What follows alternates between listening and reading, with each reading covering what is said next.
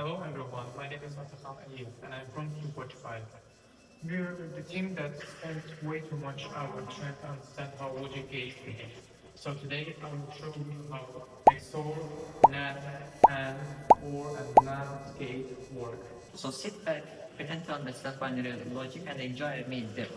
You will learn how these gates work and basically run the full spectrum. So let's go to the lab. Logic gates might sound boring, but trust me, they are the reason your phone, machine, and even coffee machine know what to do.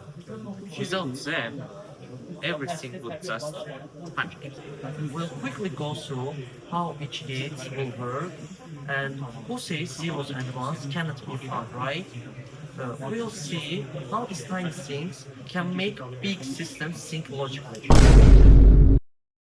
The NOT gate, also known as inverter, is one of the simplest logic gates. It has only one input and one output. What it does is very straightforward. It flips for whatever you give it. If the input is 1, the output becomes 0. And if the input is 0, the output becomes 1. You can think of it like saying opposite mode on. For example, if the input NOT gate's job is to always give the opposite output of what it receives. So then when we plug it, we see that the LED works, and when we press the button, it doesn't work, and essentially this is a NOT gate. A NAND gate has 2 or more inputs and 1 output.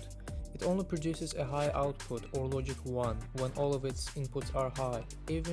If even one of the inputs is low, the output becomes 0. For example, if input A is 1 and input B is 1, the output is also 1. But if either A or B is 0, then the output switches to 0. This behavior shows that the AND gate acts like logical multiplication. It only turns on when both conditions are true at the same time. We can test this easily on our breadboard by pressing both switches to see the LED light up only when the both inputs are on. Yes, Team 45 and gate. Now, let's look at the OR gate. The OR gate has 2 inputs and 1 output. It gives a high output, or logic 1, when any one or both inputs are on.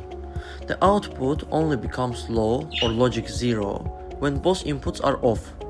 In one circuit, you can see that the LED turns on when either switch is pressed, and it stays on when both switches are pressed too. So the OR gate basically checks if input 1 or input 2 is on, and if yes, the light turns on. It's one of the main logic gates used in circuits to show when any condition is true.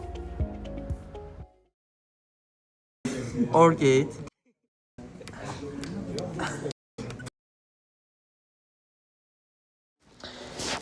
Now let's move on the NAND gate, which stands for not AND.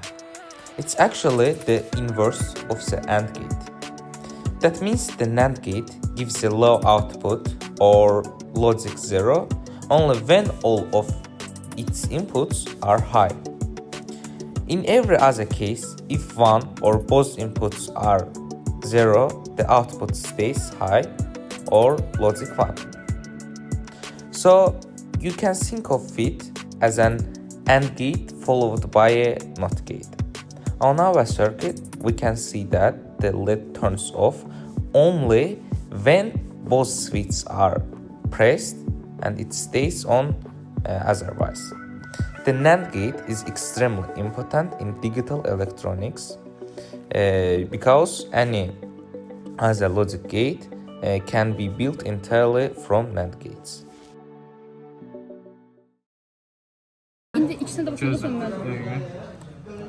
This is the NAND gate.